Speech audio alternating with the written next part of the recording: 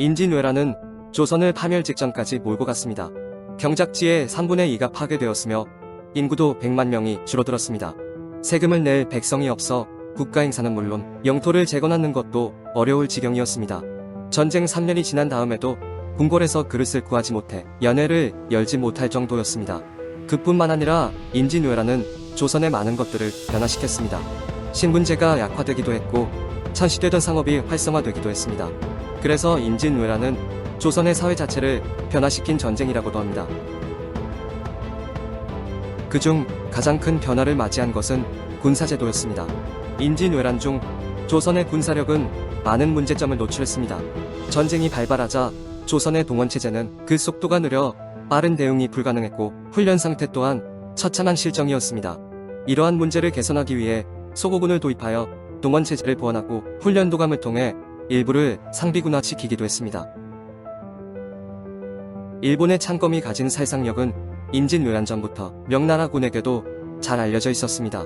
의구의 창검을 대비하여 절강병법을 개발한 적개광은 비유신서에서 외적은 창검을 잘 갈고 닦아 햇빛에 번쩍거리게 함으로써 병사의 이목을 빼앗기 때문에 아군이 기다리는 동안 쉽게 겁을 먹는다고 할 정도였습니다. 유성룡은 서해록에서 적병은 보병으로서 칼이 모두 서너 자나 되는 예리야 깊이 길 데 없는 것이었다. 이들과 충돌해 싸우는데 적병이 긴 칼을 휘두르니 사람과 말이 모두 쓰러져서 그들의 날카로운 기세를 대적할 수 없었다고 회고했습니다. 이런 왜군에 맞서 절강병은 배포등하기로 왜군을 혼란시킨 뒤 12명으로 이루어진 원항진을 앞세워 왜군과의 단병접전에서 우위를 점했습니다. 임진왜란에서 명군에게 깊은 인상을 받은 조선은 기유신서를 참고하여 삼수병 체제를 도입합니다. 삼수병이란 건병과 창병인 살수, 군병으로 구성된 사수, 그리고 조총병인 포수로 이루어진 군사체제를 말합니다. 이러한 체제는 조총병인 포수가 중심이 된다고 알려져 있으나 오히려 포수와 사수가 살수를 지원하는 형태였습니다.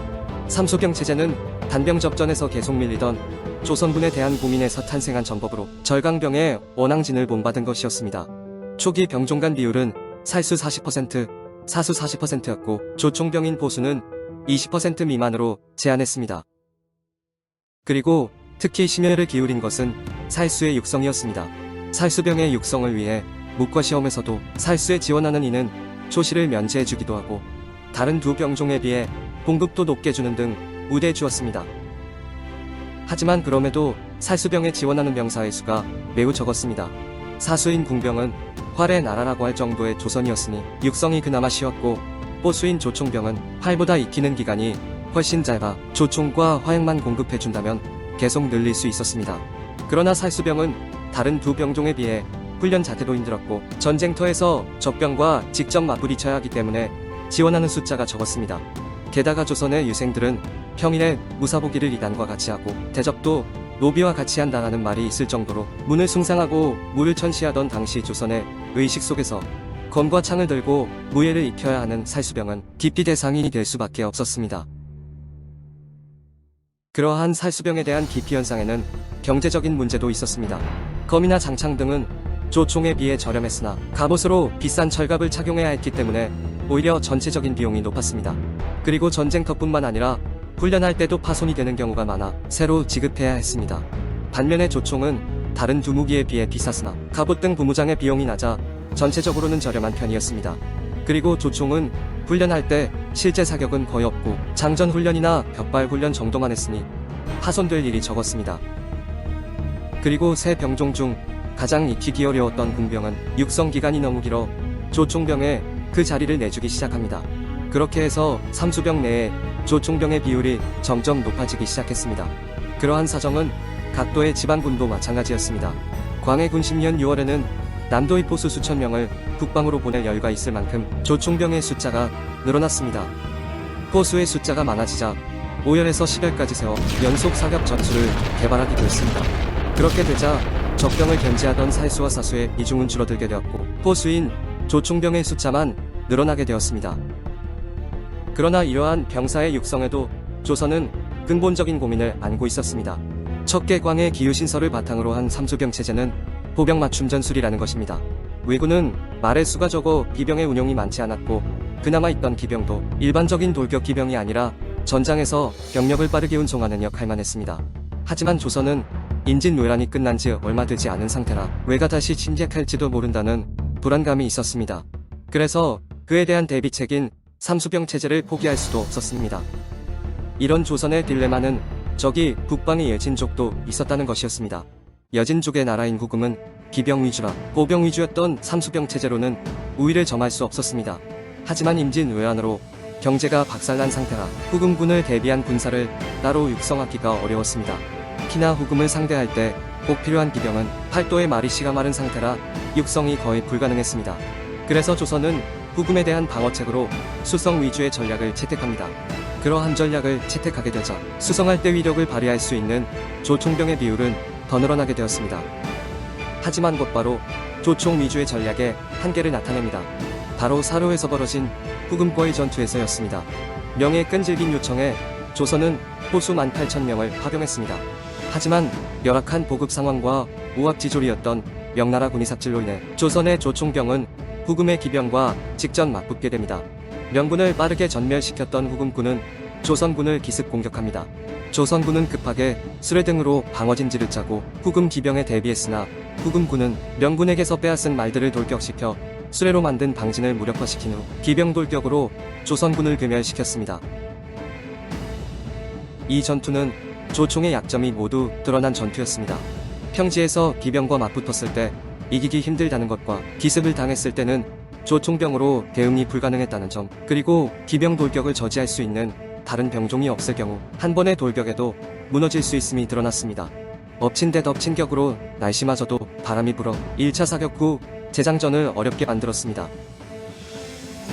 최초로 화승총의 위력을 보였던 파비아 전투에서는 화승총병을 보호하고 기병 돌격을 저지했던 스페인 장창병의 역할이 매우 컸습니다.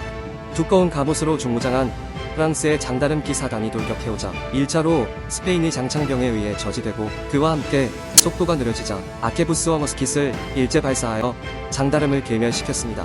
이후 스페인은 100년 동안 이와 같은 방법을 적용한 테르시오 전술로 유럽을 호령하게 됩니다. 그만큼 조총으로 기병을 막기 위해서는 적을 최대한 가까이 끌어들이고 저지할 수 있는 장창병이 필수였습니다. 조총병만으로는 수가 많아도 평지에서 기병을 막기는 힘들었습니다. 영화 남한산성의 평지전투신에서처럼 조총병을 그냥 일렬로 배치하고 기병을 저지하거나 조총병을 보호할 아무런 장애물이 없이 평지에서 기병과 싸운다는 것은 자살행위나 마찬가지였습니다. 실제로 기병을 막을 수 있는 총기는 200년 후인 미국 남북전쟁에서나 등장했습니다. 이때는 탄환도 구형에서 현대의 모양으로 바뀌었고 일부였지만 총신의 강선을 판 것도 나오기도 했습니다. 그렇게 되자 정확도와 사거리가 비약적으로 늘어나 총기만으로도 기병의 돌격을 막을 수 있었습니다. 그리고 조선군에게 불리한 면이 더 있었는데 바로 후금 기병의 형태였습니다. 프랑스의 장다름 같은 충격 기병이었으면 조총병으로 오히려 막기 쉬웠을 것입니다. 그러나 후금의 기병은 속도가 빠른 중기병이었기 때문에 조총병으로서는 빠르게 움직이는 기병을 대처하기가 힘들었습니다. 게다가 유목기병의 특성상 후금군 대부분이 말 위에서 활을 다루는 것이 가능해 원거리에서 활로 진영을 무너뜨릴 수 있었기에 장창병의 보호를 받더라도 화살 공격을 받을 수 있었습니다. 실제로도 후금군이 원거리에서 활로 조선군의 진영을 혼란시킨 후 돌격했다는 기록이 곳곳에 보입니다. 사르 후 전투의 패배로 조선은 조총 위주의 삼수병 체제를 보완하기로 합니다. 일단 여러가지 이유로 줄어들었던 살수의 비중을 늘리게 하고 기병의 육성도 시도하게 됩니다. 이들을 적절히 배치하여 여러 병종을 통합한 전술을 고안해 후금의 기병에 대항하려 했습니다. 하지만 기병의 돌격을 저지할 수 있는 장창의 경우 조선에서 흔히 쓰던 2-3m 길이의 창은 쓸모가 없었습니다. 최소 5에서 6m 이상이 되어야 효과를 볼 수 있었습니다. 하지만 그만한 길이의 장창을 만들 만한 나무도 많지 않았고 그나마 있던 참나무는 무거워서 쓰기 힘들었습니다. 그렇게 되자 흔한 대나무로 대체되었는데 너무 약해 실전에서 쓰기에는 부적합했습니다. 그리고 조선의 경제 상황상 엄청나게 비쌌던 기병의 육성은 힘들었습니다. 그래서 또다시 수세적인 수성 전략으로 돌아갈 수밖에 없었습니다. 그렇게 되니 오히려 조총의 비율이 높아졌습니다. 병자호란 전까지 조선에는 2-3만 정 정도의 조총이 있었던 것으로 추측됩니다.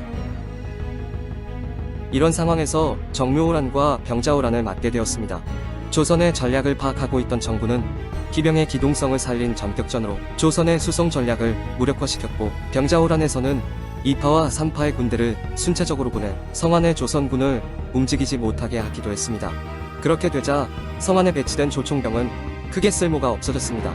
전쟁 기간 동안 몇 번의 전투에서 승리하기도 했고, 남한 산성 수송전에서는 조총병이 활약하기도 했지만 전황을 뒤집기에는 역부족이었습니다. 정묘호란이나 병자호란은 조총의 성능을 논하기엔 너무 빨리 끝이 났습니다. 조선의 사회 시스템 문제였지 무기 하나 때문에 졌다라고 할 수 없는 전쟁입니다. 평화를 원한다면 전쟁을 준비하라라는 말이 있듯이 평소의 준비를 어떻게 했느냐가 중요합니다. 조선이 조총을 도입한 것은 무기 발전에 있어서는 좋은 선택이었습니다. 분명히 냉병기에서 열병기로 넘어가는 시점이었기 때문입니다. 하지만 당시 조선의 상황에 맞았냐라고 하면 그렇다라고 답할 수만은 없습니다. 동아시아의 경우 서양같이 총기 위주로 전쟁을 하는 것이 아니라 계속 냉병기 위주의 전투를 벌였기 때문입니다. 아직 조총이 냉병기를 확실히 압도하지 못한 상황에서 그것을 도입하고 주력병기로 사용한 것은 오히려 전력을 깎아먹는 선택이었습니다.